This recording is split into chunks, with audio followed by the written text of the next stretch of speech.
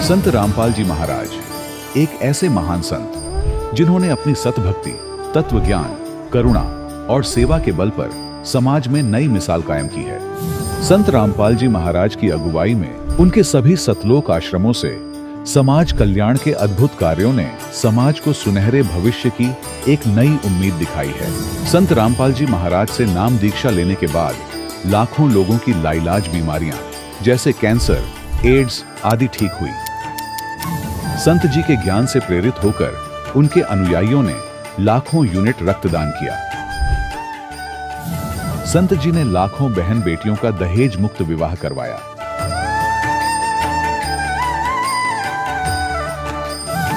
संत जी ने लाखों लोगों का नशा छुड़वाया, करोड़ों उजड़े परिवार बसे। संत जी के आश्रमों में समागम के दौरान निःशुल्क नेत्र चिकित्सा, दंत चिकित्सा प्रदान की जाती है। संत रामपाल जी महाराज द्वारा समय समय पर पर्यावरण संरक्षण के उद्देश्य से बड़े स्तर पर वृक्षारोपण किया जाता है। संत जी ने जरूरतमंदों को तत्काल राहत पहुंचाने के लिए एम्बुलेंस सेवा शुरू की। संत जी अपने अनुयायियों को देहदान के लिए प्रेरित करते हैं, जिससे मानवता की सेवा और चिकित्सा क्षेत्र में सुधार हो सके। संत रामपाल जी महाराज के सभी आश्रमों में हर रोज निःशुल्क भंडारा आयोजित किया जाता है, जहां हर वर्ग, हर जाति और हर धर्म के लोग एक साथ बैठकर भोजन करते हैं।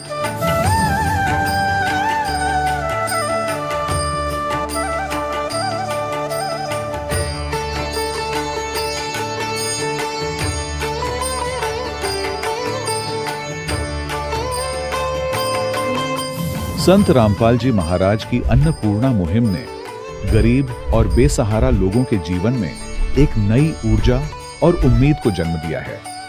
घर घर खाद्य सामग्री और जरूरी मदद पहुंचाकर संत रामपाल जी महाराज ने लोगों को दुख और मजबूरी से लड़ने की ताकत प्रदान की है।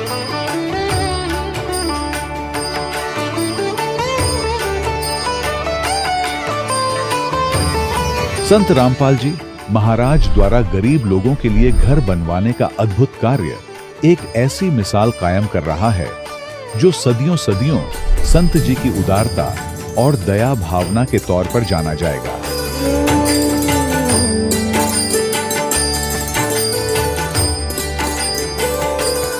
संत रामपाल जी महाराज के आश्रम में हजारों बुजुर्गों को सम्मान और प्यार के साथ जीवन जीने का अवसर मिलता है।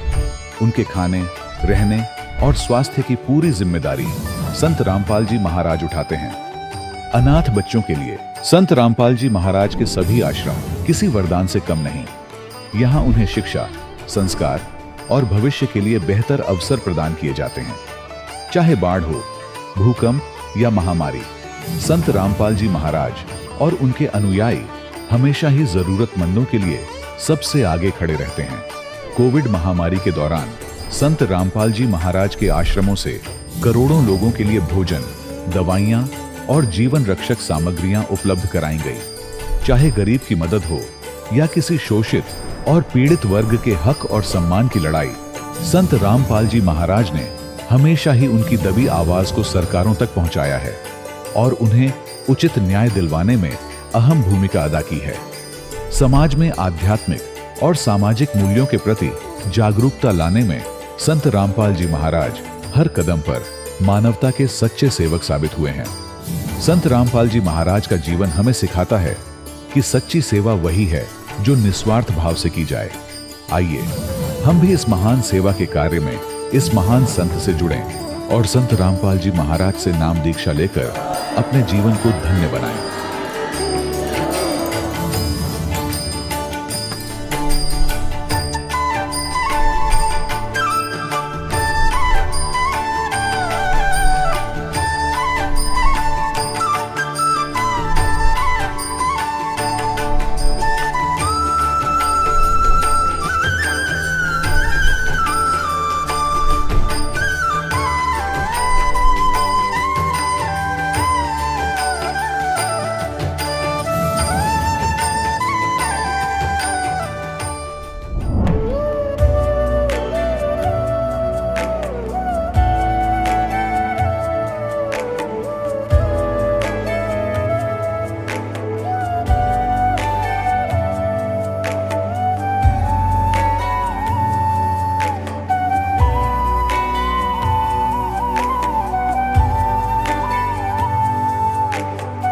प्रभु राम देव भगवान अल्लाह खुदा ईश आदि नाम एक ही शक्ति के हैं। वो कैसा है, कहां है, कैसे मिलता है, किसने देखा है? ये प्रश्नवाचक चिन्ह पूर्ण रूप से हटाने के लिए अवश्य सुनिए जगत गुरु तत्वदर्शी संत रामपाल जी महाराज के अमृत वचन, सर्व पवित्र धर्मों के पवित्र शास्त्रों के आधार पर। सत साहिब दर्शकों, इंसान अपने जीवन में कई सालों तक अलग अलग पंथों की भक्ति करता है, सत्संग सुनता है और मंदिरों में जाता है, फिर भी परिवार में परेशानियां व बीमारियां बनी रहती हैं। दर्शकों, कुछ ऐसी ही कहानी थी सोनीपत हरियाणा की रहने वाली निर्मला देवी जी की, जो 12 साल तक राधा स्वामी पंथ से जुड़ी रही, लेकिन सुख की जगह सिर्फ दुख मिले। जब इन्होंने संत रामपाल जी महाराज का सत्संग पहली बार सुना तो इन्हें शास्त्र प्रमाणित भक्ति का मार्ग मिला। संत रामपाल जी महाराज से नाम दीक्षा लेने के बाद इनके परिवार की सभी परेशानियां बिल्कुल समाप्त हो गईं। आखिर संत रामपाल जी महाराज ने निर्मला जी को ऐसी कौन सी जड़ी बूटी दे दी और क्यों आज लाखों लोग अपने धर्म में प्रचलित पुरानी साधनाओं को छोड़कर संत रामपाल जी महाराज द्वारा दी गई भक्ति साधना को अपना रहे हैं? आखिर इसके पीछे की सच्चाई क्या है? आइए सुनते हैं निर्मला जी की कहानी इन्हीं की जुबानी। जी नमस्कार। नमस्कार भैया। क्या नाम है जी आपका? मेरा नाम निर्मला देवी है। कहाँ से आए हैं जी? मैं सोनीपत हरियाणा से। संत रामपाल जी महाराज से नाम दीक्षा आपने कब ली? हमने 1999 में ली थी। हम आपसे ये जानना चाहते हैं कि आपने संत रामपाल जी महाराज से नाम दीक्षा क्यों ली? ऐसा है सर जी, हम पहले राधा स्वामी का नाम ले रहे थे। कितने साल तक आप राधा स्वामी पंथ से जुड़े रहे? हमने 12 साल राधा स्वामी में कंटिन्यू वहाँ गए हैं, सत्संग सुने और भक्ति करी। लेकिन जितनी दुखी मैं थी शायद ही कोई होगा, क्योंकि मेरे हस्बैंड को 550 शुगर थी और बीपी हाई की भी इतनी ज़्यादा शिकायत थी। अगर मुझे तो अपने बालकों का पालना और उनको रोटी खिलाना बड़ा मुश्किल था। तो हमने जिस दिन राधा स्वामी से नाम लिया था उस दिन से 12 साल वो दिन देखे हैं। अगर मैं तेने हुए परमात्मा ये दिन कोई ना देखा, मालिक ऐसा किसी के साथ ना हो। तो फिर आप संत रामपाल जी महाराज से कैसे जुड़े? संत रामपाल जी महाराज जी की शरण में जाना भी एक अजूबा ही था। जैसे ही पहला ही सत्संग सोनीपत में संत रामपाल महाराज जी का था, उसी दिन मेरे को पता चला कि सोनीपत में कोई संत आए हैं और उनका सत्संग है। तो मैंने अपने हस्बैंड से प्रार्थना करी, मगा जी आज एक सत्संग है, आप वहाँ चलियो। इनको बहुत ज़्यादा शुगर थी, जैसे वहाँ आया करते ड्यूटी से, तो इनकी इतनी थकावट आ करती, हमको साथ साथ चलना पड़ा करता। इनमें इतनी हिम्मत नहीं थी कि ये घर में अंदर घुसने के बाद अपनी चारपाई ही पकड़ लिया करते। ये बोले मैं मुश्किल था ड्यूटी पर था, सॉरी मैं नहीं जा सकता। मगर ऐसा है देखो, नहीं सुना है संता की शरण में जाए तो कुछ काम मत सरिया करें और आपने चलना पड़ेगा। बोले मैं नहीं जा सकता। मैं बोली जाना पड़ेगा, अगर आप नहीं जाओगे मैं जरूर जाऊंगी। बोले आप जल्दी जाएगी, आओगी कैसे? मगर जी मैं रिक्शा से आ जाएंगी, पैदल आ जाएंगी, पर मैं जाऊंगी। वो परमात्मा की प्रेरणा थी, वो सतगुरु रामपाल जी महाराज जी की प्रेरणा थी।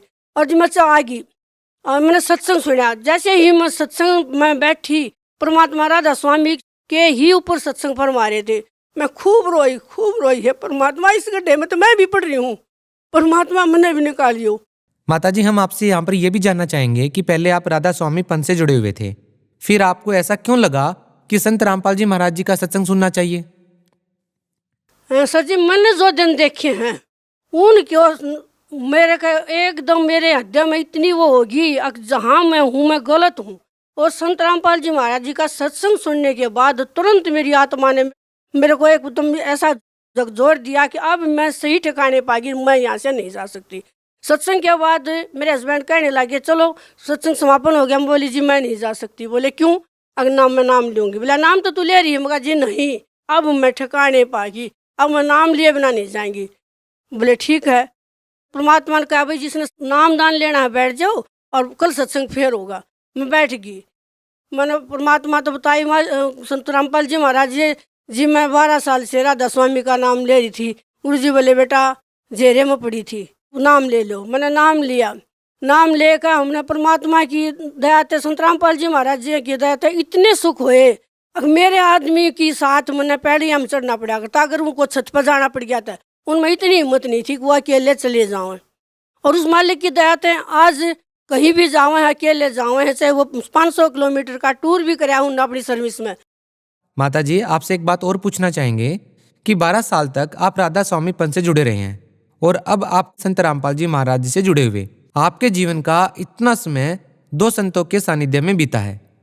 तो हम आपसे ये जानना चाहेंगे कि दोनों संतों की भक्ति विधि में क्या अंतर आपको लगता है और आपकी जिंदगी में अब संत रामपाल जी महाराज जी से नाम दीक्षा लेने के बाद क्या बदलाव आए हैं? सर, जब मैं राधा स्वामी से जुड़ी हुई थी तो मेरे घर में भूत प्रेत की इतनी ज्यादा बाधा थी, मेरे छोटे लड़के को बहुत ज्यादा, और मुझे बहुत दिक्कत आई थी। जब मैंने संत रामपाल जी महाराज जी का नाम ले लिया, फिर लड़के को भी दवा दिया, उसके बाद मेरे घर में इतने सुख हो गए। अब मैं बताना चाहूँ परमात्मा मुझे क्या क्या सुख हुए इससे। और अब संत रामपाल जी महाराज की दया से मेरे पति की शुगर बिल्कुल नॉर्मल आ गई, और मैं भी बीमार थी, मेरे भी हाइपरथायराइड था। संत रामपाल जी महाराज की दया से आज मैं 1 पैसे की भी दवाई नहीं लेती। इतना परमात्मा की दया से हमारे घर में सुख हो गया, क्योंकि वो भक्ति काल की भक्ति कर रहे थे। और जब भी मैंने उसी दिन सत्संग में जब सुना, संत रामपाल जी महाराज जी ने बताया कि उनके ये मंत्र हैं, और वो मैंने सुना तो मैंने ये उसी टाइम परमात्मा के चरणों में सिर टेक दिया और मैंने नामदान ले लिया। इससे पहले आप राधा स्वामी पंथ से जुड़े हुए थे। आपको ऐसी कौन सी वो बातें लगती हैं जो संत रामपाल जी महाराज ने राधा स्वामी पंथ से अलग बताई, हटके बताई, जिनको सुनने के बाद आपने संत रामपाल जी महाराज जी से नाम दीक्षा ली और वो बातें आपको कहीं और जानने को नहीं मिली? ऐसा है जी, रामपाल जी महाराज जी की शरण में आने के बाद हमने सत भक्ति मिल गई, शास्त्र आधारित प्रमाण सहित कि हम भी पढ़े लिखे हैं, और हमारे गुरु जी ने जो ज्ञान बताया संत रामपाल जी महाराज जी ने, वो ज्ञान हमने खुली आंखों से पुस्तकों में पढ़ा है। हमारे गुरु जी गीता से, 4 वेद, 18 पुराण, कुरान शरीफ, गीता से जो प्रमाणित ज्ञान दे रहे हैं उससे, और हमारे गुरु जी के मंत्रों में वो शक्ति है जिससे हमारे को दिन प्रतिदिन लाभ हुए हैं। देखिए, आपने कहा कि संत रामपाल जी महाराज की शरण में आने के बाद आपको बहुत सारे लाभ मिले हैं। तो सवाल यहाँ पर यह है, जब आप राधा स्वामी पंथ से जुड़े हुए थे तब आपको ये लाभ क्यों नहीं मिल रहे थे? जी, राधा स्वामी सत्संग में जब हम जाया करते, हम बहुत दुखी थे, तो मैं जिस भी बहन भगतनी तो मिलती तो मैं ये पूछा करती, अगर मेरे ये कष्ट है, तो वो ये कहा करते कि ये तो देखो भोगने ही पड़ेंगे, ये तो आपके कर्म का है। जब कर्म ही नहीं करते तो बताओ हम कैसे सुखी हो सके थे। और जब हमने रामपाल महाराज जी यहाँ सत्संग सुना, ये पता लग गया कि ये शास्त्र अनुकूल साधना नहीं है, शास्त्र विरुद्ध साधना, और कर्म कटेंगे शास्त्र अनुकूल साधना से। तो हमने फिर अपने रामपाल महाराज जी यहाँ नाम ले लिया। उसके बाद मेरे इतने सुख हुए परमात्मा की दया से कि मैं बयान नहीं कर सकती। सुबह से शाम तक भी और शाम से सुबह तक भी इतने। एक बार हम सत्संग में जा रहे थे और वो था बारिश का मौसम था, तो रास्ते में हमारे भगत जी को पैरालाइज हो गया बस में, और भीड़ थी बहुत ज्यादा। जैसे हम रोहतक उतरने लगे तो रास्ते में उस भीड़ में उतरने लगे तो कहने लगे मेरा तो शरीर काम नहीं कर रहा। मैं बोली क्या बात होगी? बोले मेरा तो पैरालाइज हो गया, मेरा पानी काम कर रहा गोडे से नीचे। हमने उतारा, बस से उतार कर ना हम सवारी करने लगी क्या हो गया। मैं बोली जी इनको तो पैरालाइज हो गया। बोले जी डॉक्टर के ले जाओ। मैं बोली नहीं, हमारे तो डॉक्टर करोथा में बैठे हैं। बोला जी आप पहले डॉक्टर के ले जाओ। मैं कहा नहीं, हम नहीं ले जा सकते। हम जी करोथा ले गए। परमात्मा ने जाते हैं दूर से बोले संत रामपाल जी महाराज जी ने अकाजे बेटा आगे न। गुरु जी बोले बेटा इसने लाठी दे दो। भगत जी ने परमात्मा की दया से, संत रामपाल जी महाराज जी की दया से एक दिन लाठी के सहारे, दूसरे दिन डंडे के सहारे, तीसरे दिन बंदी छोड़ सतगुरु रामपाल जी महाराज की दया से कूदते आए। सर जी 1 पैसे की भी दवाई नहीं ली। 3 दिन में बंदी छोड़ सतगुरु रामपाल जी महाराज की दया से पैरालाइज का, और जबकि सुई मार के देख ली थी, ये कर लिया था इस बात का सेटिस्फेक्शन, वाक्य में पैरालाइज था। तो कैसे नहीं उनको भगवान नहीं माना। इतने बड़े बड़े चमत्कार हुए हैं। एक बार मेरे लड़के को भी एक्सीडेंट हो गया था, मालिक ने कति ऐसे बैठा दिया लड़का साइड में, उसको खरोच भी नहीं आई, जबकि बाइक बिल्कुल टूट गई। एक बार लड़के को अब 27 साल का है, उसको हार्ट अटैक की प्रॉब्लम होगी, इतनी उल्टी होगी, बुरा हाल हो गया। उस मालिक की दया है, आज परमात्मा बंदी छोड़ की दया से बच्चा ठीक ठाक से। जबकि लिखने वालों ने ये लिख दिया था उसकी जन्म पत्री में कि इसके आगे उसका जीवन नहीं है। और मैं उस दिन रोई थी, मालिक आज तेरी शरण में ना होती मेरा बेटा नहीं था, और क्या करती मैं उसके परिवार का। आज बंदी छोड़ तू रामपाल जी महाराज की दया से बहुत बहुत लाभ हुए हैं, इतने लाभ हुए हैं, सुबह से शाम तक बताऊं तो वो कम पड़ जाएगा समय। माता जी देखिए, संत रामपाल जी महाराज के सभी भक्त कहते हैं कि जो भी संत रामपाल जी से नाम दीक्षा लेता है वो नशा छोड़ देता है, जबकि लाखों करोड़ों लोग ऐसे हैं नशा कर रहे हैं जो अन्य धर्म पंथों में हैं या अन्य भक्ति साधनाएं कर रहे हैं।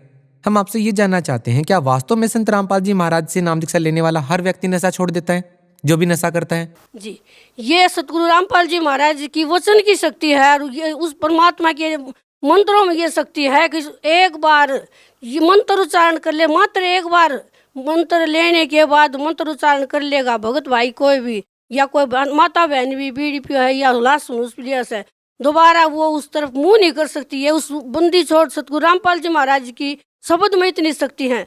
क्या आपके परिवार में कोई नशा करता था? सर जी, मेरे हस्बैंड भी नशा कराया करते, उनको बहुत समझाने के बाद भी नहीं माना करते।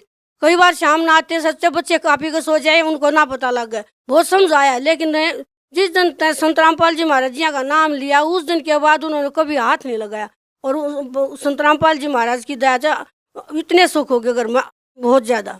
जी, आप भगत समाज को क्या संदेश देना चाहेंगे? भगत समाज को मैं ये हाथ जोड़ कर प्रार्थना करना चाहूंगी, खास करके आज भी जो मेरे भाई बहन राधा स्वामी में फंस रहे हैं, मेरे रिश्तेदार भी फंस रहे हैं, उनसे करबोध हो गया, प्रार्थना करना चाहूंगी अपना मनुष्य जन्म बचाने के लिए आ जाओ उस भगवान की शरण में। ये पूर्ण परमात्मा बंदी छोड़ कबीर साहिब के स्वरूप में रामपाल महाराज जी के शरीर में आ रहे हैं और अपना आत्म कल्याण करा लो। ये सच्ची भक्ति दे रहे हैं, शास्त्र अनुकूल, और अपना बेड़ा पार करा लो। इतने सुख सबने देवा है हमारे गुरु जी संत रामपाल जी महाराज। बहुत बहुत धन्यवाद माता जी। साहिब दर्शकों, अभी आपने सुने संत रामपाल जी महाराज से दीक्षा प्राप्त करके सुखी हुए भक्त के अनुभव। अब देखिए जगत गुरु तत्वदर्शी संत रामपाल जी महाराज के मंगल प्रवचन। वहां ब्रज के अक्षेत्र को डबोना चाहता था वर्षा गणी करके, फल डला करके। तो श्री कृष्ण जी ने उसके सारे उस प्रयत्न को, फल डलाने के उद्देश्य को, उस गोवर्धन पर्वत को अपने हाथ से उठाकर आसमान में काफी ऊंचा कर दिया और पूरी व्रज नगरी के ऊपर के वो पहाड़ छा दिया। इंद्र ने खूब अपना प्रयत्न कर लिया, सारी वर्षा कर ली और सारी सोख ली उस पहाड़ ने, गिरिराज ने, और ब्रज की रक्षा होगी। इंद्र ने हार मान ली श्री कृष्ण जी से। फिर वो पर्वत वापस रख दिया। अब लोग, उन धार्मिक गुरुओं ने ये भ्रमणा फैला रखी है कि जो गोवर्धन उस गिरिराज की परिक्रमा कर ले उसका बेड़ा पार हो जाएगा। पुण्यात्माओं, ये अज्ञान का एक लंबा इतिहास है। अब यहां पर धर्मदास जी उसी उद्देश्य से वहां गए हुए थे। तो धर्मदास जी सुबह सुबह स्नान करके उस तालाब में, जिसमें यह बताया जाता है कि श्री कृष्ण जी जब ग्वाले थे, यहाँ पर गौवें चराया करते थे, इस सरोवर में स्नान किया करते थे। तो उस जोड़ में सभी स्नान करते हैं, उसको तीर्थ मान के उसमें स्नान किया। और प्रतिदिन जो वो नित्य नियम अपना करते थे, गीता जी का पाठ और भी जो अपना मंत्र जाप करते थे, उसके लिए चादर बिछाकर कुछ स्थान को लीप कर गाय के गोबर और मिट्टी मिला करके एक पवित्र मानते हैं, उसको स्वच्छ किया। वहां पर चादर बिछाकर बैठिए और अपना नित्य नियम करने लगे। नित्य नियम का अर्थ होता है प्रतिदिन की जाने वाली धार्मिक क्रियाएं। तो सुबह का जो नित्य नियम वो करने लगे, उसमें क्या क्या करते थे? श्री कृष्ण यानी विष्णु जी की मूर्ति साथ रखते थे, उसको स्नान कराते हैं। पुराने कपड़े उनके उतार के भगवान के नए कपड़े पहनाते हैं, तिलक लगाते हैं, गले में कंठी माला डाल देते हैं, ऊपर मुकुट रख देते हैं। उसके बाद फिर अपना गीता जी का पाठ और जो मंत्र उनको बताए हुए थे उनकी पूजा करते हैं। उसी समय वो परमात्मा कहते हैं, गोता मारू स्वर्ग में जा बैठूं पाताल, और कह कबीर ढूंढता फिरूं अपने हीरे मोती लाल। अपने हीरे मोती लालों को खोजते हुए, अच्छी आत्माओं को खोजते हुए वो परमात्मा ऐसे ही भटकते हैं और ये वेद भी प्रमाण करते हैं।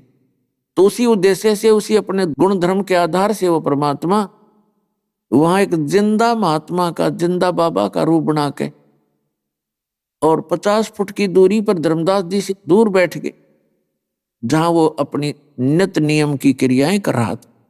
क्योंकि ये जिंदा महात्मा का जो ड्रेस होता है ये विशेषकर मुसलमानों में होता है, और मुसलमान और हिंदुओं का आपस में ऐसे रहता है, क्योंकि हिंदू ये समझा करते थे कि ये मांस खाते हैं मुसलमान और हम मांस प्रयोग नहीं करते, इसलिए उनसे थोड़ी दूरी बनाए रखते थे। तो परमात्मा ने सोचा मेरी वेशभूषा एक मुसलमान फकीर जैसी है और कहीं ये भक्त बिदक ना जा, चिढ़ ना जाए, इसलिए स्वयं ही 50 फुट की दूरी पर बैठ गए। तो धर्मदास जी ने पहले वो सारी क्रियाएं की, भगवान को स्नान कराया, मूर्ति को, और फिर उनको वस्त्र पहनाए, फिर लगे गीता जी का पाठ करने। जब वो गीता जी का पाठ करने लगे तो कबीर साहब उससे 10 फुट की दूरी पर आकर बैठ गए। धीरे धीरे जब देखा कि इसको कुछ सुहा रहा है, मुझसे नफरत नहीं कर रहा है, और वो धर्मदास जी ने ये सोचा कि मुसलमान फकीर होकर के मेरे ज्ञान सुनने की रुचि रखता है, तो वो उसने कोई उसमें विशेष जो है बाधा नहीं की और ना ही उसका कोई दुख माना, और खुश हुआ कि ये मुसलमान मेरा ज्ञान सुनना चाहता है, इसको सुना देता हूं। गीता जी के वैसे तो हम प्रतिदिन संस्कृत ही पढ़ा करते थे, लेकिन उसके साथ अनुवाद भी जो था उसके आधार से वो अनुवाद भी करके सुनाने लग गया धर्मदास जी। अब परमात्मा ऐसे गर्दन हिला रहे थे, धर्मदास जी ने सोचा बड़ी रुचि बन गई है इस संत की, और भी गीता जी के मुख्य मुख्य श्लोक सुनाए।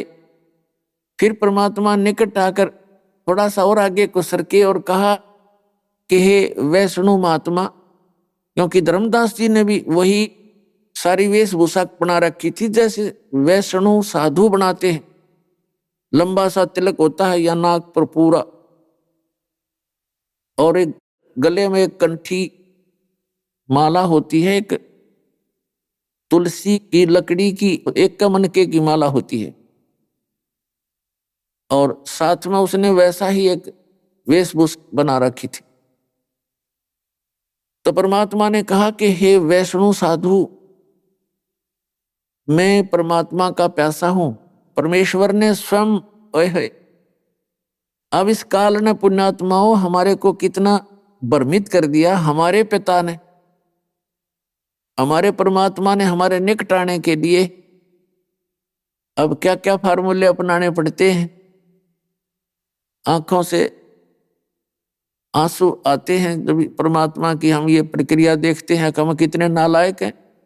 इस गंदे लोक में, इस गंदे ज्ञान से हम कितने ओतप्रोत हो गए। एक पल का भरोसा नहीं किसका यहाँ 1 मिनट में जीवन नाश हो जाए, और फिर शेष बच्चे वे सारे उसी क्रिया में दृढ़ हैं। हमें कभी चिंता भी नहीं बनती कि ये गया, हम क्या नहीं जाएंगे एक दिन।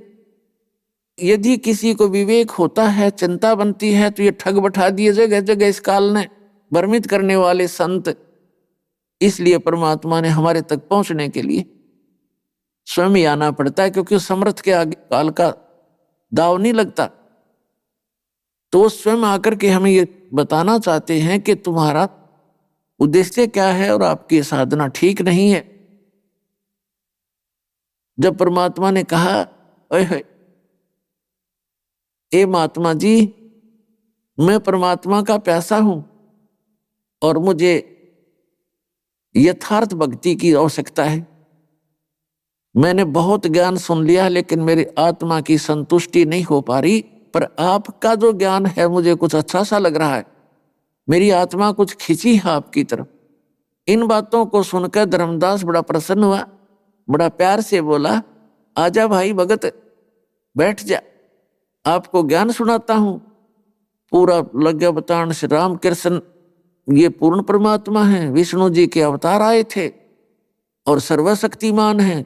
गीता जी का ज्ञान श्री कृष्ण जी ने बोला, श्री कृष्ण जी विष्णु जी हैं, ये सर्वशक्तिमान हैं, अजरो अमर हैं, और ये पूर्ण परमात्मा है, सारी सृष्टि का रचनहार है, इनकी भक्ति से ही मोक्ष होता है। और तब परमात्मा ने कहा, देखो महात्मा जी, मैं हूं भटका हुआ प्राणी, और जब तक मेरी शंकाओं का समाधान नहीं होगा मैं आपका फॉलो नहीं कर सकता। तो पहले मेरी शंकाओं का समाधान कीजिए, तब मैं आपका शिष्य बनूंगा, कबीर साहब भगवान बोले। तब धर्मदास जी ने कहा कि देखो भक्त, मैं तो एक भक्त हूं और मैं शिष्य नहीं बना सकता। अगर यदि आपकी रुचि बने और दीक्षा लेना चाहो तो मैं अपने पूज्य गुरुदेव जी श्री रूपदास जी से आपको दीक्षा दिलवा सकता हूं। मैं दीक्षा देने का अधिकारी नहीं हूं।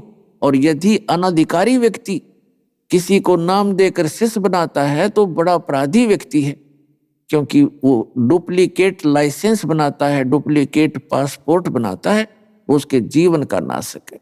परमात्मा ने कहा कि ठीक है, आप मेरी कुछ शंकाओं का समाधान करो। अभी आप जी ने बताया, परमेश्वर कबीर जी ने धर्मदास जी से प्रश्न किया कि अभी आप जी ने बताया कि श्री विष्णु जी सर्वशक्तिमान हैं और सबके मालिक हैं, यही पूजा के योग्य हैं, इनसे हटकर कोई भगवान नहीं है, सुप्रीम पावर है, यही 3 रूप धारण करते हैं। ब्रह्मा बनकर उत्पत्ति करते हैं, विष्णु बनकर जो है सतीथि करते हैं और शिव का रूप धारण करके संहार करते। ऐसा धर्मदास जी बता रहे थे भगवान के सामने। तो परमात्मा ने कहा कि अभी आपकी इस पुस्तक से आपने बहुत कुछ प्रमाण दिया, तो ये क्या चीज है जो आप ले रहे हैं, पुस्तक का नाम क्या है? तब धर्मदास जी ने कहा कि ये पवित्र ग्रंथ है, श्रीमद् भगवत गीता है, और ये भगवान श्री कृष्ण जी ने अपने मुख कमल से बोली है। और भगवान श्री कृष्ण स्वयं विष्णु जी ही आए हुए थे हमें ज्ञान देने के लिए, अर्जुन के माध्यम से ये पूरे मानव के कल्याण के लिए वाणी बोली है। तो परमात्मा ने कहा कि आप कह रहे हो कि ये गीता का ज्ञान श्री कृष्ण यानी विष्णु जी ने बोला आपके शब्दों में। कहा जी, और आप इनको अजरो अमर भी बता रहे हो। कहा जी, ये तो बिल्कुल सत्य है। तो गीता अध्याय नंबर 2 के श्लोक नंबर 12 में, अभी आपने पढ़ा गीता अध्याय नंबर 4 के श्लोक 5 और 9 में, और गीता अध्याय नंबर 10 के श्लोक नंबर 2 में, ये गीता ज्ञान देने वाला आपका भगवान विष्णु अर्थात कृष्ण ये कह रहा कि अर्जुन तेरे और मेरे बहुत जन्म हो चुके हैं, तू नहीं जानता मैं जानता हूं, तो यह अविनाशी नहीं हुआ। और गीता अध्याय नंबर 18 के श्लोक नंबर 62 में कहा कि अर्जुन सर्वभाव से उस परमेश्वर की शरण में जा, उसकी कृपा से ही तू परम शांति को और सनातन परम धाम को प्राप्त होगा। तो इसे सिद्ध हुआ कि आपके गीता ज्ञान देने वाले भगवान से कोई अन्य है सुप्रीम पावर, और जिसकी शरण में जाने से ही मोक्ष संभव है। अब धर्मदास तो सुन हो गया, इबाग और के बतावे, उस दिन वो अक्षुब्ध हो गया, कहने लगा ए भगत, तू हमारे देवी देवताओं के साथ ऐसी अभद्र टिप्पणियां कर रहा है, तो उनको नासवान बता रहा है। परमात्मा बोले मैं नहीं बता रहा, आप बता रहे हो, मैं तो आपको समझा रहा हूं कि आपने ऐसे ऐसे बोला था। अब धर्मदास जी नाराज हो गए, क्योंकि पुण्यात्मा जो श्रद्धालु होते हैं वो ड्योटी होते, ड्योटी मान समर्पित होते हैं, और उन्होंने थोड़ा सा दुख माना। तो परमात्मा अंतर ध्यान हो गए उसके सामने से, अंतर ध्यान हो गए तो उसने सोचा कि वो आम आदमी नहीं था, ये आम आदमी नहीं था, ये तो परमात्मा थे। और फिर उस गीता जी को पुनः देखा, जब वो अंतर ध्यान हो लिया रोते रोते ने, उन्होंने सारी साची थी, क्योंकि परमात्मा कहते हैं आपका भगवान यो गीता ज्ञान दाता वैसे तो श्री कृष्ण नहीं है, श्री कृष्ण में प्रवेश करके वो काल बोल रहा है, ब्रह्म बोल रहा है, जो इनका ब्रह्मा विष्णु में इसका पिता है और दुर्गा जी का पति है। वो कह रहा है 7वें अध्याय के 8, 9, 10 मंत्रों में कि इन बुद्धिमानों की बुद्धि और बलवानों का बल मेरे हाथ में है, रिमोट से चलाता हूं इनको। अब जैसे पुण्यात्मा आप जी गीता पढ़ा करते, विशेषकर हिंदू समाज के पुण्यात्मा जो भक्त हैं, और हम भी पढ़ा करते, जब तक हमारी बुद्धि का रिमोट इस काल भगवान के हाथ में था हम पढ़ जाया करते, सोचने की आवश्यकता नहीं समझते थे ये लिखा क्या है। और ऐसे ही बलवानों का बल मेरे हाथ में है, ये काल कहता है गीता ज्ञानदाता। अब जैसे जब अर्जुन से युद्ध करवाना था तब तो उसमें पावर दे दी, वही गांडीव धनुष था उसका, और मारे था एक के 20 में का तीर जावे थे और सब भगदड़ मचा दे था। और फिर वही अर्जुन श्री कृष्ण जी की मृत्यु के उपरांत उन्हीं के आदेशानुसार उस द्वारका की स्त्रियों को, क्योंकि सब नर खत्म हो गए थे आपस में लड़के, 56 करोड़ यादव थे आपस में लड़ मरे थे और कत्लेआम हो गया था इनका, आपस में कटके मर गए थे। 56 करोड़ यादव कंप्लीट नाश हो गए थे, केवल जो गर्भ में बालक थे लड़की या लड़के वही शेष रहे थे। तो स्त्रियों को लेकर के साथ उसी धनुष के साथ वो चल रहा था। रास्ते के अंदर भीलों ने, जंगली लोगों ने अर्जुन को पीटा और सभी स्त्रियों के गहने छीन लिए, कुछ औरतों को भी भगा ले गए साथ में। और अर्जुन खड़ा खड़ा कांप रहा था, हाथ नहीं उठा उसका, ना वो धनुष उठा। तो उस समय अर्जुन श्री कृष्ण को कोस रहा था कि तूने हमें सदा धोखा ही धोखा दिया, रिश्तेदार होकर भी ना बख्शा तूने हमारे को। जब मुझसे युद्ध करवाना था जब तो तूने पावर दे दी और कितने जीव हिंसा कर डाली मैंने सूरवीर बन के, और आज मेरे तो वही धनुष है, आज ये हाथ भी ना उठता मेरा और मैं खड़ा खड़ा देख रहा हूं, कायर की तरह खड़ा हूं। तो यहां परमात्मा निर्णय करते हैं कि श्री कृष्ण छलिया नहीं थे, श्री विष्णु कहो श्री कृष्ण कहो, इनका रिमोट भी उस काल के हाथ में है। तो उस काल ने ही अर्जुन से ये जुल्म करवाया था, शक्ति दी थी और उसी ने वह शक्ति छीन ली थी। उस समय वो खड़ा खड़ा पिट रहा था। तो ये कहता है बुद्धिमानों की बुद्धि, बलवानों का बल मेरे हाथ में है, ये स्पष्ट करता। तो इसी प्रकार हमारी बुद्धि इस काल के हाथ में थी, और जब इस दास के ऊपर परमात्मा कबीर जी का पंजा हुआ तो काल की छाया हट गई, परमात्मा की रिमोट से हमारी बुद्धि काम करने लगी। तब इन सदग्रंथों को समझ पाया ये दास। तो धर्मदास जी पुनः पढ़ रहा उन मंत्रों को जिस पे परमात्मा ने टिप्पणी की थी। अब धर्मदास रो रहा है, अगर सचमुच ये तो भाई बात बिगड़ गई, ये तो सारा कुछ न्यू का न्यू है। अब यूं तो खुद कह रहा मेरे जन्म और तेरे जन्म अर्जुन बहुत हो रही है, श्री कृष्ण जी कह रहे हैं, और फिर कह रहा है उसकी शरण में जा, उसकी कृपा से ही तू जन्म मृत्यु से रहित होगा। जैसे 15वें अध्याय के 4थे श्लोक में कहा है कि तत्वदर्शी संत की खोज के उपरांत परमेश्वर के उस परम पद की खोज करनी चाहिए, जहां जाने के बाद साधक फिर कभी लौटकर संसार में नहीं आते। और जिस परमेश्वर ने सब ब्रह्मांडों की रचना की है, यानी संसार रूपी वृक्ष की प्रवृत्ति जिससे विस्तार को प्राप्त हुई है, यानी उल्टा लटका हुआ संसार रूपी वृक्ष है। भावार्थ है कि जिसने सारे ब्रह्मांडों की रचना की है, केवल उसकी भक्ति करो, अन्य की नहीं। अपनी भक्ति को भी मना कर रहा है श्री कृष्ण। समझो धर्मदास जी तो श्री कृष्ण ही मान रहे थे, उसके कलेजे पर पत्थर टिक गया, लेकिन पुराना रंग इतना गहरा था फिर भी ना मान्या। तो लेकिन अगले दिन वो भक्ति करना उसकी रुचि नहीं बनी। अब बताइए तो सचमुच या अपना आसवान। देखो पुण्यात्माओं जो थोड़े से भी विवेक रखते हैं, कहते हैं एक के चोट से धारिया जिन मिलन दाचा, उसका एकदम इतना धक्का लगा, अब सचमुच या तो बात बिगड़ गई। अब ये तो भगवान थे, उन अपने मन में सोचा ये परमात्मा थे या कोई सिद्ध पुरुष थे और पूर्ण विद्वान है। सारी रात रोया, हे भगवान एक बार फिर मिले, हे परमात्मा हो तो फिर आओ, या कोई सिद्ध पुरुष हो मेरी गलती माफ करो, मुझे फिर से ज्ञान सुनाओ। सारी रात करवट लेता रहा।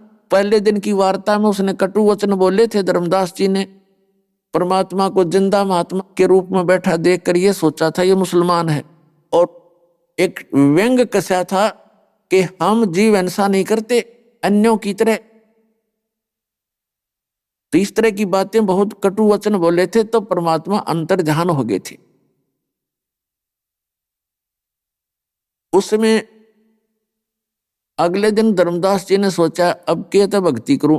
परमात्मा की काफी डिस्कस हुई थी कि पहले दिन जब परमात्मा ने कहा कि धर्मदास जी, आप जिस सरोवर में स्नान करके बाहर आए हो, क्या इससे मोक्ष होगा? ये तीर्थ आपका? कहाँ जी होगा। अरे इसमें आपसे पहले ये जीव जंतु, मछली, कछुए, मेंढक, ये सारा जीवन इस समय व्यतीत करें, ये कितना मोक्ष हो दिखते। तो इस तरह की बहुत सी बातें परमात्मा ने उसे डिस्कस की थी, जिससे वह क्षुब्ध हो गया था।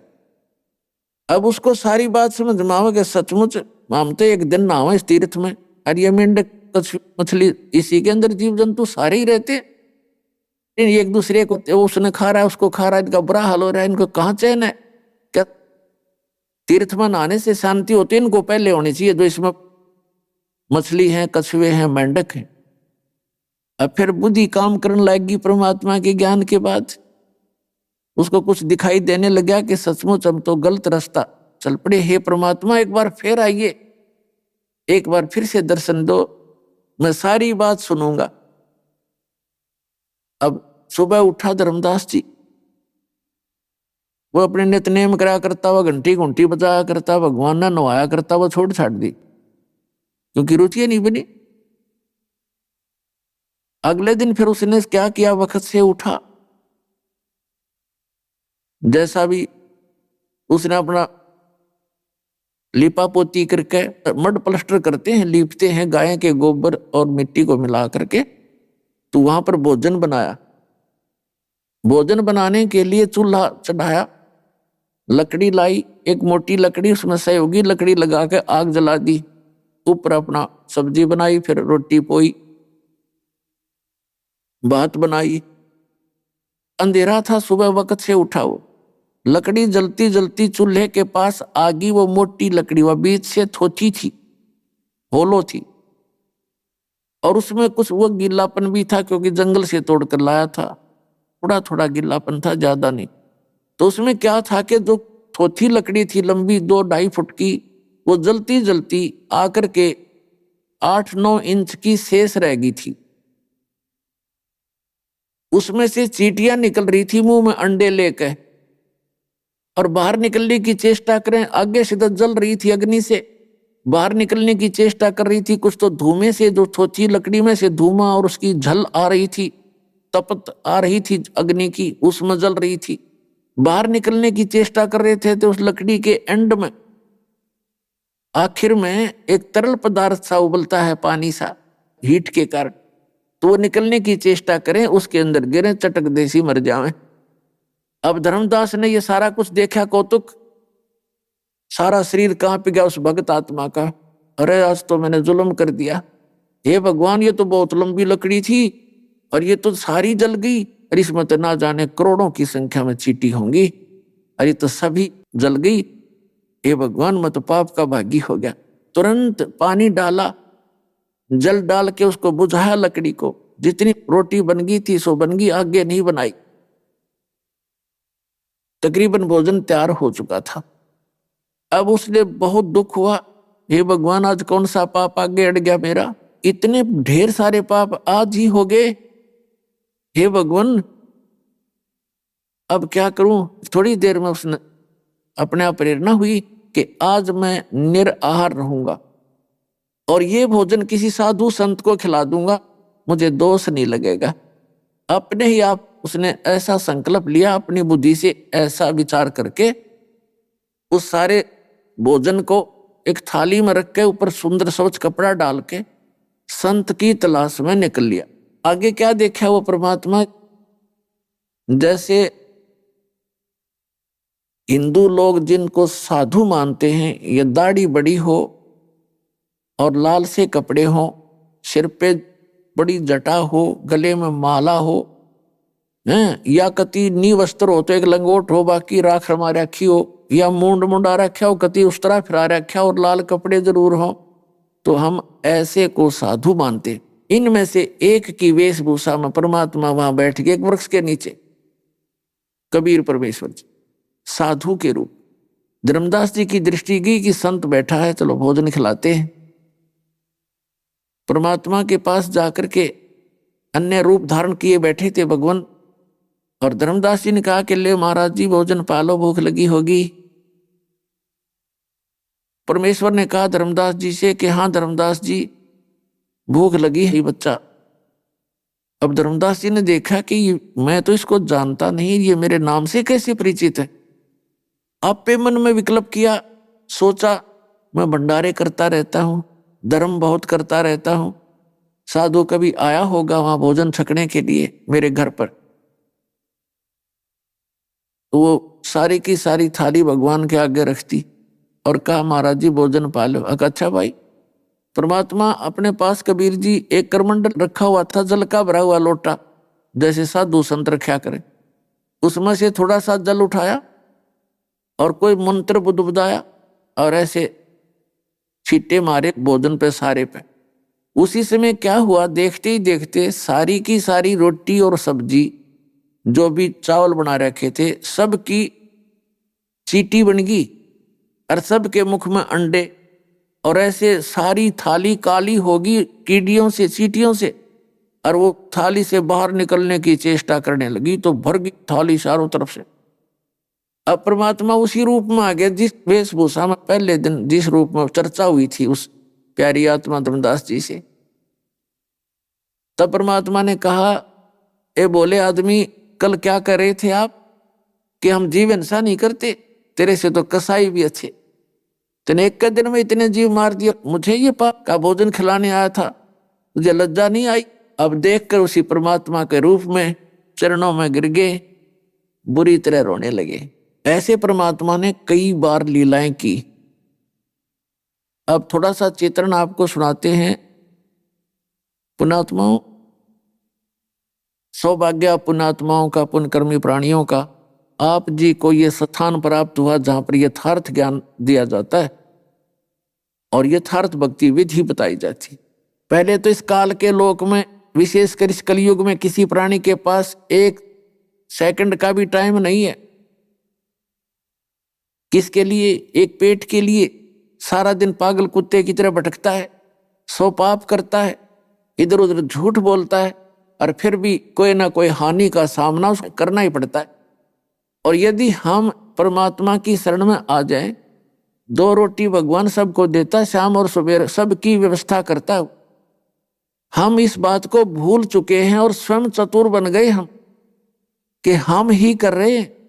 पुण्यात्माओं, प्रत्येक प्राणी चाहता है घर में मेरे पास कार हो, बढ़िया कोठी हो और गणाए धन हो, बैंक बैलेंस हो, और सब दिन रात ऐसे ही कर रहे हैं। लेकिन कितने धनी हुए हैं, कितने के पास कार बनी है? केवल उन्हीं के पास जिनके पूर्व संस्कार पुण्य अच्छे थे, धर्म अच्छा किया हुआ। वो व्यवस्था कहीं ना कहीं से मालिक अवश्य उपलब्ध कराता है, उनकी व्यवस्था करता है, और बाकी के वही उसी तरह प्रयत्न कर रहे हैं, उतनी ही वो सारा कुछ छल कपट कर रहे हैं, और वो वहीं के वहीं खड़े हैं, साइकिल भी नहीं उनके पास। तो परमात्मा कहते, तुमने उस दरगाह का मैल नहीं देखा और धर्मराज के तिल तिल का लेखा। ऐसे गीता जी अध्याय नंबर 7 के श्लोक नंबर 29 में कहा कि अर्जुन, जो मेरे ज्ञान का आश्रय करके तत्वदर्शी संत की खोज कर लेता है, तो तत्वदर्शी संत से उसको ये ज्ञान होता है, वो परिचित होता है, तो वो व्यक्ति केवल जरा और मरण से ही छूटने का प्रयत्न करता। जरा माने वृद्ध अवस्था और मरण माने मृत्यु। इन 2 वस्तुओं के लिए ही वो भक्ति करता है। फिर अन्य वस्तु की डिमांड इस गंदे लोक की वो नहीं करता। क्योंकि वो तत्ब्रह्म से, यानी परम अक्षर ब्रह्म से, गीता ज्ञान दाता से, अन्य जो सुप्रीम पावर है उस ब्रह्म से और सारे अध्यात्म ज्ञान से और सभी कर्मों से वो परिचित होता है। तो पुण्यात्मा, उस तत्वदर्शी संत या तो परमात्मा आए थे, या फिर उन जिन महापुरुषों को वो मिले थे उनको वो ज्ञान बताया था, उन्होंने अपना अनुभव परमात्मा से प्राप्त ज्ञान लिख दिया। अभी आपने सुने संत रामपाल जी महाराज के मंगल प्रवचन। आइए अब सुनते हैं संत रामपाल जी महाराज से नाम दीक्षा लेकर सतभक्ति करके अद्भुत लाभ प्राप्त करने वाले अनुयायी के विचार। दर्शकों, साधक अपने दुखों का निवारण करवाने के लिए न जाने कितने प्रयत्न करता है, और जब उसे उन साधनाओं से कोई लाभ नहीं होता दिखाई देता तो वह धर्म गुरुओं के दरवाजे खटखटाता है। ऐसी ही एक कहानी है दिल्ली के रहने वाले सोमदत्त जी की। सोमदत्त जी परमात्मा प्राप्ति के लिए 30 साल राधा स्वामी पंथ से जुड़े रहे। उनके द्वारा बताई गई भक्ति साधना करते रहे, लेकिन फिर भी इन्हें कोई लाभ नहीं मिला। सोमदत्त जी शारीरिक रूप से और मानसिक रूप से पीड़ित हो चुके थे। इन्हें कोई भी आध्यात्मिक संतुष्टि नहीं मिल रही थी। लेकिन आज सोमदत्त जी का कहना है कि मेरी जिंदगी तब बदली जब मुझे संत रामपाल जी महाराज की शरण मिली। दर्शकों, आखिर संत रामपाल जी महाराज ऐसा कौन सा ज्ञान बता रहे हैं कि श्रद्धालु अन्य पंथों को छोड़कर संत रामपाल जी महाराज की शरण में खींचे चले आ रहे हैं? आइए जानते हैं कि आखिर इसकी सच्चाई क्या है। आइए सुनते हैं सोमदत्त जी की कहानी उन्हीं की जुबानी। नमस्कार सर। नमस्कार सर। सर क्या नाम है आपका? मेरा नाम सोमदत्त है जी। सर कहाँ से आए हैं आप? मैं साधनगर दिल्ली पाड़म से आया हूँ जी। सर संत रामपाल जी महाराज से नाम दीक्षा लेने से पहले आप क्या भक्ति साधनाएं करते थे? मैं संत रामपाल जी महाराज से नाम लेने से पहले ये राधा स्वामी सत्संग ब्यास की गद्दी है, वहाँ से दीक्षित था। सर आप राधा स्वामी ब्यास से कितने साल तक जुड़े रहे और आपने वहाँ क्या क्या भक्ति साधनाएं की? मैं वहाँ से करीब 30 साल राधा स्वामी जो गद्दी थी उसकी मैं दीक्षित रहा हूँ। और जैसे वो भक्ति बताया करते थे वैसे अपने मतलब दिल से करते भी थे, लेकिन कोई विशेष लाभ उसमें नहीं होता। वो उसमें 5 मंत्र देते थे, ज्योत निरंजन, ओंकार, रंकार, सोहंग और सतनाम, लेकिन उसका विशेष लाभ कोई नहीं मिला जी। बस करते रहे। फिर एक बार हमारी पत्नी को जो है पित्त की थैली में जैसे पथरी थी तो उसका बार बार दर्द उठता था। तो हम उसके इलाज के लिए काफ़ी मतलब वैद्यों से भी दिखाया, उधर भी दिखाया। डॉक्टरों का तो ये इलाज था कि इसका ऑपरेशन करवाना पड़ेगा, लेकिन पत्नी हमारी ऐसे थोड़ी कमज़ोर दिल की है, उसने कभी ऑपरेशन के लिए तैयारी अपनी करी नहीं। 31 मार्च 2005 की बात है। तो उस दिन मैंने छुट्टी कर रखी थी घर पे। तो पेपर ये जो हिंदुस्तान जो नवभारत टाइम्स है उसमें एक न्यूज़ आई थी। राधा स्वामी सत्संग के अंदर एक जो है सेवा के अंदर ट्रक जा रहा था, जिसके अंदर 62 टोटल उनके सेवादारी मतलब बैठे हुए थे, सेवा के लिए जा रहे थे। ब्यास जो गद्दी थी उनकी वहाँ पे अमृतसर के पास में जो ब्यास गद्दी है उनकी, वहाँ जैसे वो ब्यास पे पहुँचे, मेन जो GT रोड है अमृतसर की साइड से एक जो ट्रक लक्कड़ का भरा हुआ आ रहा था, इधर से ये सेवादार जो जा रहे थे। तो दोनों करीब होते हैं मेन रोड पर करीब 60-65 की तो स्पीड आम होती है जो है व्हीकल की। तो दोनों आपस में एकदम ऐसे भिड़ गए। तो जो लक्कड़ वाला जो था वो तो सब लक्कड़ ऐसे बिखर गए, और ये जो सेवादार जो जा रहे थे इनके भी जो है लाशें ऐसे बिखर गई जैसे बेर बिखर जाते हैं रोड के ऊपर। और उसमें से एक भी नहीं बचा था, इवन ड्राइवर भी वहीं ख़त्म हो गया था, 62 की 62 खत्म हो गई। और उसमें ज़्यादातर जो है ऐसे थे नौजवान लड़के, कोई 30 साल का था, कोई 35 साल का था, कोई 40 साल का था, हमारे जैसा बुजुर्ग कोई 60-65 का, उसमें कोई 1-2 ही था। अब परमात्मा की सेवा में जा रहे हैं वहाँ, और उसको परमात्मा समझते थे भाई चलो हमारी हर तरह की राहत मिलती है, भाई शारीरिक भी, मानसिक भी, जैसे भी आध्यात्मिक, लेकिन उसी के दर पे जा रहे हैं और वहीं जा करके सारे ख़त्म हो गए। तो वो जैसे मैंने न्यूज़ उस दिन देखी, पढ़ी पेपर के अंदर, तो मुझे बहुत दुख हुआ, बहुत रोना आया, मैं सारा दिन रोता रहा। और मुझे एक ही चीज़ उससे मतलब आभास हुआ कि भाई ये भगवान नहीं है, हम तो ऐसे ही जो है काल के चक्कर में कहीं फंसे हुए थे। मतलब ऐसी घृणा हो गई। उनका अप्रैल के अंदर फिर सत्संग था, अप्रैल के अंदर जो सत्संग होता उनका 3 दिन का राधा स्वामी पंथ का, तो वो डेट उनकी जैसे फिक्स थी, उसमें जाना था। मेरे पुराने साथी थे जैसे जाया करते थे उपदेशी राधा स्वामी पंथ से, उस दिन मैं नहीं गया, 3 दिन नहीं गया, मैं घर पे रहा। हालांकि छुट्टी भी थी, वो सेकंड सैटरडे पड़ता है उसमें 2 दिन का, तो 1 दिन की छुट्टी कर लेते थे, लेकिन मैं घर पे ही रहा, नहीं गया। तो उसका टेलीफोन आता है मेरे साथी का जो बिल्कुल निजी था, जिसको मैंने वहाँ से उपदेश भी दिलवाया था। वो कहने लगा ये आप सत्संग में आज नहीं आए, क्या बात हुई भाई साहब? मैंने कहा मुझे भाई ये तो काल का मार्ग है, ये तो भगवान नहीं है, यहाँ तो बहुत बड़ा धोखा हो रहा हमारे साथ में, मैं इसमें नहीं जानता। परमात्मा कहीं धरती पे होंगे तो उस परमात्मा की खोज करेंगे अब तो। ऐसा मैंने कह के उनको टाल दिया। वो नाराज़ होने लगा, कहता आपने इतने जीवों को जोड़ दिया, आप कैसे कर रहे हो, ये परमात्मा नहीं है। मगर आपने न्यूज़ देखा सुना था, अभी 31 मार्च की बात है, 31 मार्च 2005 में पेपर में नवभारत टाइम्स में आप पढ़ के देखना, आपके पास रखा होगा, तो 2-3 दिन पहले की बात है मुझे ये। और वो कहने लगे जी देखा था, लेकिन ये तो प्रारब्ध के अनुसार भुगतना ही पड़ता है। मुझे इसमें प्रारब्ध क्या करेगा बताओ? जब हम परमात्मा की शरण में जा रहे हैं, उसको भगवान मानते हैं, तो हमें इन दुखों से, कष्टों से भी राहत नहीं मिलती है, तो फिर क्या भक्ति करने का क्या फ़ायदा हमारा? यानी मेरे बिल्कुल घृणा हो गई जब तक मेरे को संत रामपाल जी महाराज से कोई मतलब किसी तरह का भी कोई मतलब भेद नहीं मिला था। तो फिर वो नाराज़ हो गए, कहने लगी ऐसे कैसे चलेगा, आपने तो इतने जो है इतने साल भक्ति करी, छोड़ दिया, काल के उल्टे आप ही काल के मार्ग में चले गए, हमें कह रहे हो काल का मार्ग बता रहे हो। मगर जो कुछ भी है मैं तो ये जो है इधर झाँकूंगा भी नहीं। इसके बाद मैंने उनको स्पष्ट बोल दिया। तो सर आपने बताया कि आप राधा स्वामी डेरा ब्यास की 30 साल तक भक्ति करते रहे, लेकिन आपको बहुत बड़ा झटका लगा जब राधा स्वामी ब्यास की तरफ 62 लोग जा रहे थे और ब्यास के आउटर पर पहुंचते ही उनका एक्सीडेंट हुआ और वो 62 के 62 की मौत हो गई, जिससे आपको लगा कि राधा स्वामी डेरा ब्यास जो है वो असली भक्ति नहीं है बल्कि एक काल का मार्ग है, गलत भक्ति है। तो फिर संत रामपाल जी महाराज की शरण में आप कैसे आए? उसके बाद क्या होता जी, चैनल चलता था तो मैं चैनल पे और भी जैसे धार्मिक ये संत महंतों के सत्संग जैसे प्रवचन आते रहते हैं, धार्मिक चैनल पे मैं सुनता रहता था, भाई कौन क्या कह रहा है नहीं कह रहा। तो वो जो खास कोई विशेष मुझे छोटी मोटी उनकी बातें कोई लगती थी वो नोट कर लेता था पेपर पे, लेकिन जो दिल से संतुष्टि नहीं हुई। फिर करते करते जो है ये करीब सितंबर 2005 की बात है, तो जैसे ही मैं वो धार्मिक सत्संग देखता था तो करीब 8:30 बजे का टाइम होता था उन दिनों। तो गुरु जी का जो है ये रामपाल जी महाराज, संत रामपाल जी महाराज का चल रहा था प्रोग्राम। तो मैंने देखा ये संत तो मतलब अजीब से ही लग रहे हैं और ये बता रहे हैं, वो शेरा वाली का जब जिक्र करते थे, शेरा वाली जो माता है अष्टांगी, इसका जैसे हम 5-7 उपदेशी बैठ जाते थे तो ये चर्चा होती थी जी आदि कुमारी है। पूछते थे भाई एक तरफ तो इसको आदि शक्ति कहते हैं, दूसरी तरफ कहते हैं जी ये जय माता की बोलते हैं। ये बात समझ में नहीं आती, भाई माता जी तो कोई विवाहित औरत को बोलते हैं, कुंवारी लड़की को तो माता जी नहीं कहते।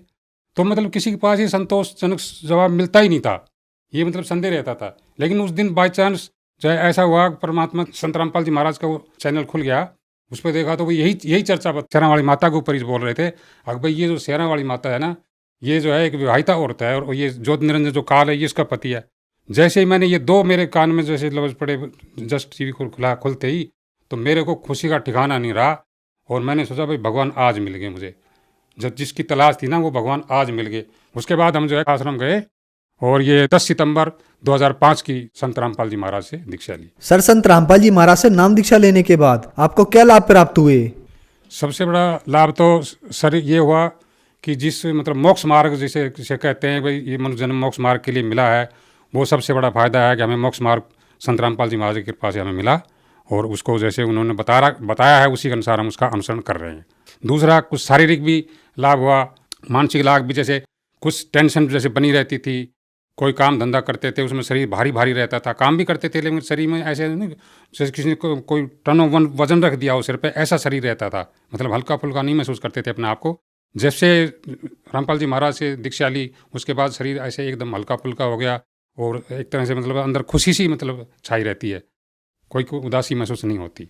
जब हमने 10 अप्रैल 2005 को संत रामपाल जी महाराज से दीक्षा ली तो उस टाइम हमने कोई किसी प्रकार की भी प्रार्थना नहीं करी थी अलग से कि भाई ये हमारे पास ये कष्ट है, हमारे ऊपर ये कष्ट है जी, दूर कर दो। तो पत्नी को जो है 13-14 साल से पित्त की थैली में पथरी थी और 13-14 साल से हमने डॉक्टरी इलाज भी करवाए, लेकिन उन्होंने डॉक्टरी इलाज में यही कहा था कि इसका ऑपरेशन के सिवाय और कोई चारा नहीं है।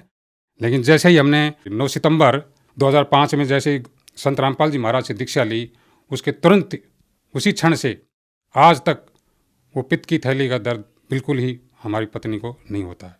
फिर उसके बाद उसको जीवन दान भी, मेरी पत्नी को जीवन दान भी 1-2 दफ़े परमात्मा ने दिया है। पहली दफ़े तो ये 24 अगस्त 2011 की बात है। उस समय जो है इसी वजह से शुगर की जैसे प्रॉब्लम ज़्यादा बढ़ जाती है तो मैंने उनको एडमिट करवा रखा था। तो जैसे उन्होंने 19 तारीख से इलाज शुरू किया तो उसकी तबीयत बजाय ठीक होने के गिरती चली गई। तो मैंने देखा दवाई ट्रीटमेंट भी दे रहे हैं फिर भी उनकी तबीयत गिरती जा रही है, क्या कारण है? अब डॉक्टर भी नहीं बता रहे, दवाई पे दवाई दे जा रहे हैं, क्योंकि पैनल हमारा वैसे सर्विस किया करते थे, सरकारी हॉस्पिटल को पैनल पे मिला हुआ था तो वो अपने दवाई दे रहे थे, चल रहा था। 24 तारीख तक मतलब इतनी गिरावट में आ गई, अगर मैंने अंदर से उम्मीद छोड़ दी थी शायद इसको ऐसे ही डेड बॉडी लेके जानी पड़ेगी। तो 24 तारीख को जैसे दिन की बात है, जैसे खाना हॉस्पिटल का आता है मरीज़ के लिए, मेरा अलग से जो है लड़की लेके आई थी, मैंने खाना अपना भी खा लिया, उसने भी खाना खा लिया था। तो वो आधे घंटे के लिए जैसे मरीज़ की आंख लग जाती है तो बेड पर जैसे सो गई थी, कुछ सो रही थी, कुछ अर्धचेतन अवस्था में थी। तो उसको एकदम से इतनी ज़बरदस्त हंसी आई, ज़ोर से खिलखिला के हंसी खूब। फिर मैंने सोचा कि इसकी आंख तो बंद है, खिलखिला के हंस रही है, क्या कारण है, चलो जब ये उठेगी तो पूछेंगे। तो जैसे ही वो आधे घंटे बाद उसकी आंख खुली तो मैंने पूछा कि क्या बात थी, तो बड़ी ज़बरदस्त ज़ोर से हंसी आई थी। तो वो कहती, फिर वो दोबारा हंस पड़ी। फिर मैं वो बताओ क्या कारण था? तो वो कहती है बताऊँ असली बात क्या थी। अब संत रामपाल जी महाराज गुरु जी आए थे, कह रही है पत्नी, अब गुरु जी आए थे अभी और ये डॉक्टर खड़े थे, सबको डांट मार रहे थे, अब तुम मेरे मरीज को, मेरे बच्चे को कैसे मार दोगे? ढंग की दवाई दे दो नहीं तो तुम्हें टांग दूंगा, ऐसे कर रहे थे। तब मुझे हंसी आ गई, इसलिए हंसी थी मैं। तो फिर मेरे को चलो, ही तो परमात्मा दया कर दी, संत रामपाल जी महाराज की कृपा हो गई। अब तो मुझे उम्मीद है कि अब से उसको डेड बॉडी नहीं लेके, मैंने अपने दिल में सोचा, उसको तो नहीं बताया, फिर जो है उसके बाद 2 घंटे बाद जैसे डॉक्टर सर्वे पे आते हैं शाम को देखने के लिए, पूछते हैं मरीज को क्या हाल है। तो मैं उनसे डॉक्टर से फिर जो है डांट मार के कहने लगा, तुम्हें 5 दिन हो गया इस मरीज को रखे हुए और तुम दवाई दे रहे हो, एक जो है एक पैसे का आराम नहीं नजर आ रहा इसको, क्या कारण है बताओ। वो कहने जी सर जी हम दवाई बढ़िया देंगे, ऐसी कोई बात नहीं है, दवाई तो अभी बढ़िया दे रहे हैं, बाकी दवाई बदल देते हैं। तो जैसे ही उन्होंने उसके बाद 2 घंटे बाद एक टेबलेट, कोई छोटी सी टेबलेट लाए और कोई सारी दवाइयाँ बंद कर दी, जो 3-4 तरह के इंजेक्शन थे वो भी बंद कर दिए। एक ही टेबलेट दी उन्होंने, वो शाम को दी और सुबह दी, और सुबह फिर 11 बजे जो है दूसरे दिन छुट्टी कर दी। संत रामपाल जी महाराज की दया से मेरी पत्नी को इतना लाभ मिला, उनको जीवन दान एक तरीके से समझिए उनको मिला। दूसरा मेरी पत्नी को ये लाभ मिला शारीरिक, कि वो बच्चे को, मेरी बिटिया का जो बेटा था उसको नहला रही थी और फर्श पर, गीला फर्श होने की वजह से उस पर गिर गई थी और रीढ़ की हड्डी में 2 जगह फ्रैक्चर हो गया था, पीछे ऐसे चित गिरने से 2 जगह फ्रैक्चर हो गया। उसकी आवाज़ चली गई थी। मैं घर पे भी नहीं था उस टाइम, मैं कहीं बाहर आया हुआ था, सेवा पे आया था इधर। तो उन्होंने बताया मेरे को टेलीफोन करके, ऐसी ऐसी बात हो गई है और मम्मी को चोट लग गई है। कोई बात नहीं। फिर मैं शाम को जैसे घर पहुंचा तो देखा उसकी आवाज़ बंद थी, उठ भी नहीं पा रही थी। उसको हॉस्पिटल ले गए, डॉक्टर कहने लगे, उसकी पैर हिला रहे थे ऐसे भाई, ऐसे ऐसे करके पैर हिला रहे थे, कहीं पैर तो आपके सही जो है सुन नहीं है, और वो देखते हैं पैरालिटिक हो जाता है रीढ़ की हड्डी में जैसे चोट लगती है। तो उन्होंने जो है करीब 10 दिन वहाँ हॉस्पिटल में रखा उसको इलाज के लिए, और वो दवाई पेन किलर वगैरह देते रहे, उसी से जो है उसको थोड़ा बहुत रिलीफ वैसे मिल गया था टेम्परेरी। लेकिन वो जब वो आवाज़ नहीं आ रही थी तो वो डॉक्टर अलग से पर्दे में जा कर के साइड में सलाह मशुरा करते थे, बोले भाई ये तो अजीब केस है, और ये आप बोल कैसे रही है, मतलब जिंदा भी कैसे, इसको पैरालिटिक हो जाना चाहिए था, अब तक तो ये खत्म हो जानी चाहिए थी, 2 जगह इसकी फ्रैक्चर है रीढ़ की हड्डी में। तो मतलब वो ट्रीटमेंट भी दे रहे थे और अचंभित भी थे वो। तो फिर जैसे हमने तो पता था भाई संत रामपाल जी महाराज से हमने जैसे दीक्षित ले रखी है, उनकी कृपा से ठीक हो जाएंगे। उसी दौरान जो है 9 जून का इधर रोहतक के अंदर भंडारा था, उसमें उसने कहने लगी मैं भी जाऊँगी। मैंने कहा कि ऐसे कैसे जा पाओगे, हम तो हॉस्पिटल में एडमिट हैं, जबकि हमें 12 जून को छुट्टी मिली थी उस दौरान। तो कहने लगी कैसे भी हो, चाहे मर ना हो, मैं जाऊंगी ज़रूर। डॉक्टरों ने भी जो है परमिशन नहीं दे रहे थे, कहते भाई हम ऐसी हालत में कैसे परमिशन दे सकते हैं, आप कह रहे हो ये ऐसी मरीज जाने का थोड़ी है। लेकिन संत रामपाल जी महाराज की ऐसी कृपा रही, हमसे स्पेशल गाड़ी करके ले गए और उसको उसमें बैठा के लिटा करके, और भंडारा भी वहाँ पर किया, भंडारा करके फिर वापस आ भी गए हम 4 घंटे में। ऐसी मतलब दया मेरे संत रामपाल जी महाराज की रही, और उसको जीवन रात वो बिल्कुल ठीक है, अपने पैरों पर चल सकती है आराम से, कोई ये नहीं कह सकता इसकी रीढ़ हड्डी में कोई ऐसी प्रॉब्लम आई थी। एक बार मैं रास्ते में जा रहा था, रास्ते में चलते चलते पैर पे मेरे को सर्प ने काट लिया था, और उसके लिए मैंने कोई इलाज वगैरह भी नहीं किया। संत रामपाल जी महाराज की कृपा से वो बिल्कुल, मैं आज बिल्कुल ठीक ठाक हूँ, कोई किसी प्रकार की मेरे पैर में कोई परेशानी नहीं है, और मैं 15 दिन में बिल्कुल नॉर्मल अपने आप को महसूस करने लगा था। सर आपने बताया कि एक भयानक एक्सीडेंट जो राधा स्वामी डेरा ब्यास में हुआ, उसे देखने के बाद आपका दिल टूट गया था राधा स्वामी डेरा ब्यास से। उसके बाद आपने संत रामपाल जी का ज्ञान सुना समझा, तो संत रामपाल जी से आपने नाम दीक्षा ली, और संत रामपाल जी से नाम दीक्षा लेने के बाद शारीरिक और आध्यात्मिक लाभ हुए। आपकी पत्नी को भी लाभ मिला, उनकी बीमारी से उन्हें निजात मिला। तो जो श्रद्धालु आपको देख रहे हैं, आप उन्हें क्या संदेश देना चाहेंगे? उनको मैं यही कहना चाहूँगा, जैसे और जितने भी नकली संत हैं या राधा स्वामी पंथ जैसे और भी बहुत से नकली पंथ चल रहे हैं, वो सारे काल के मार्ग हैं, और जो शास्त्र भी उनके पास कोई भी शास्त्र के अनुसार कोई साधना नहीं है। और ये संत रामपाल जी महाराज शास्त्रों के अनुसार जो है जितने भी हमारे धार्मिक पवित्र ग्रंथ हैं, जैसे बाइबल है, कुरान शरीफ है, पवित्र 4 वेद हैं, गीता जी है, इनमें जो छुपे हुए गूढ़ रहस्य को इन्होंने खोल खोल के सारा समझाया दिखाया है। उन्हीं के अनुसार जो है शास्त्र अनुसार साधना करने से ही हमें जो है सच्चा मोक्ष मिल सकता है और सच्ची साधना मिल सकती है। और बाकी इनको छोड़ करके पूरे विश्व में कोई भी इनके मतलब बराबर कोई संत नहीं है। सर्व भक्त समाज से मेरी हाथ जोड़ करके विनती है कि संत रामपाल जी महाराज से अपनी दीक्षा लेकर के अपना आत्म कल्याण करवाएं, अपने परिवार का भी आत्म कल्याण करवाएं। धन्यवाद सर। धन्यवाद।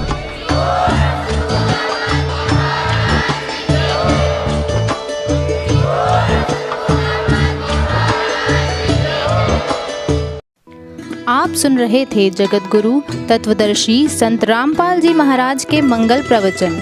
अधिक जानकारी के लिए संपर्क करें।